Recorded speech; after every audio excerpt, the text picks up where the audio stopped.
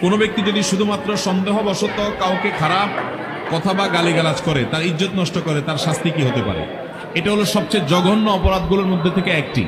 আমরা চুরি করাকে কবিরা গুনাহ মনে করি, ডাকাতি করাকে কবিরা গুনাহ মনে করি, জেনা করাকে কবিরা গুনাহ মনে করি, আমরা ডাকাত অন্যান্য অনেক হারাম কাজকে কবিরা গুনাহ মনে করি, গীবত করাকে কবিরা গুনাহ মনে করি। কিন্তু কোনো মানুষের সম্মানহানি করা বা সন্দেহের উপরে ভিত্তি করে কারোর ব্যাপারে একটা খারাপ কথা বলা, এটা যে কবিরা গুনাহ, এটা আমরা অনেকে জানি না।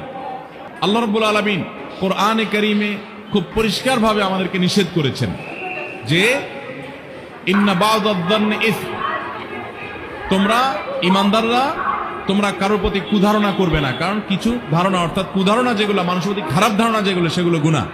নবী করিম সাল্লাল্লাহু আলাইহি ওয়াসাল্লাম বলেছেন ইয়্যাকুম ওয়াজ-যান্ন ফা ইন্নায-যান্না আকযাবুল হাদিস, তোমরা মিথ্যা ধারণা করা থেকে বেঁচে থাকবে, কারণ কারোর প্রতি মিথ্যা ধারণা এটা হলো সবচেয়ে বড় মিথ্যা কথা। আপনি